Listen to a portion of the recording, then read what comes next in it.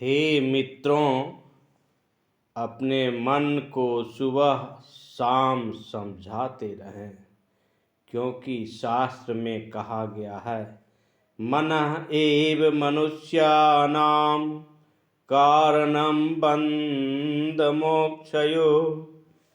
मन ही मनुष्य के बंधन और मोक्ष का कारण है।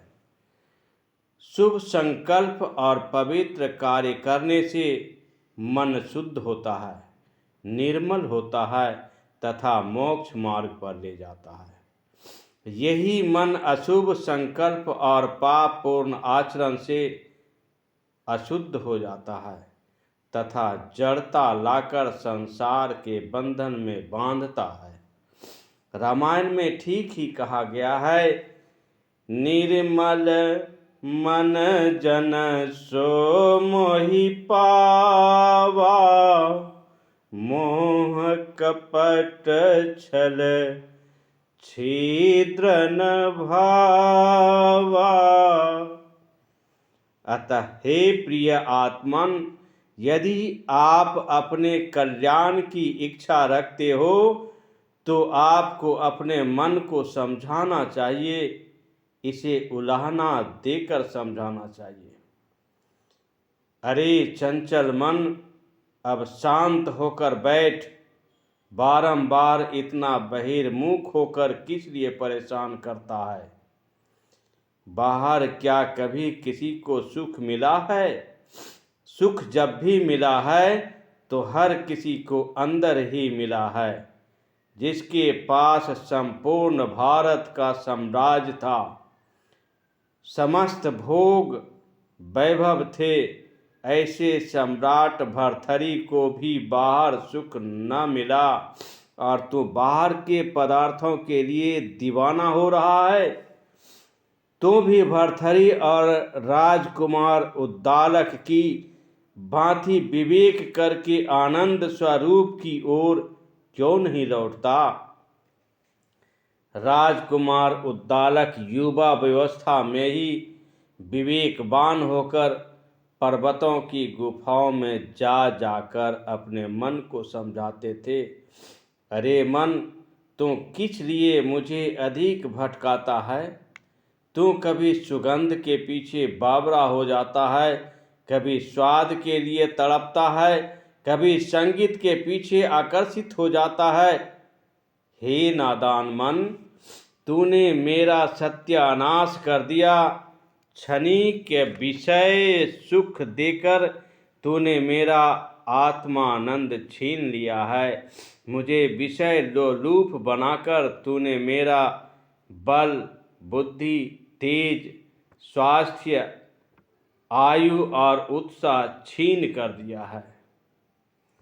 राजकुमार उद्दालक पर्वत की गुफा में बैठे मन को समझाते हैं।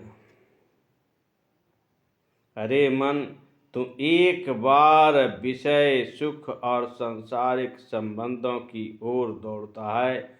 पत्नी, बच्चे और मित्र आदि का साथ चाहता है, परंतु इतना भी नहीं सोचता कि ये सब क्या सदैव रहने वाला है? जिन्हें प्रत्येक जन्म में छोड़ता आया है, वे इस जन्म में भी छूट ही जाएगा।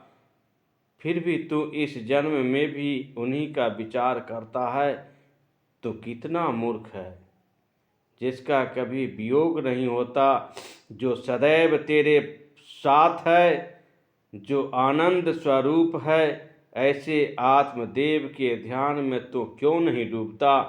इतना समय और जीवन तूने बर्बाद कर दिया।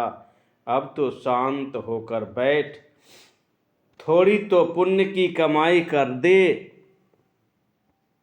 इतने समय तक तेरी बात मानकर, तेरी संगत करके मैंने अधम संकल्प किए, कुसंग किए, पाप कर्म किए। अब तो बुद्धिमान बन, पुरानी आदत छोड़, अंतर्मुख हो। उद्दालक की भांति इसी प्रकार एक बार नहीं, परंतु प्रतिदिन मन के कान खींचते रहिए। मन पलीत है, इस पर कभी विश्वास न करें। आपके कथनानुसार मन चलता है या नहीं, इस पर नियंत्रण दृष्टि रखें। इस पर 24 घंटे जागृत पहरा रखें। मन को समझाने के लिए विवेक विचार रूपी डंडा सतत आपके हाथ में रहना चाहिए। नीति और मर्यादा के विरुद्ध मन यदि कोई भी संकल्प करे तो उसे दंड दो, उसका खाना बंद कर दो, तभी वह समझेगा कि मैं किसी मर्द के हाथ में पड़ गया हूँ। अब यदि सीधा न चलूँगा तो मेरी दुर्दशा होगी। ओ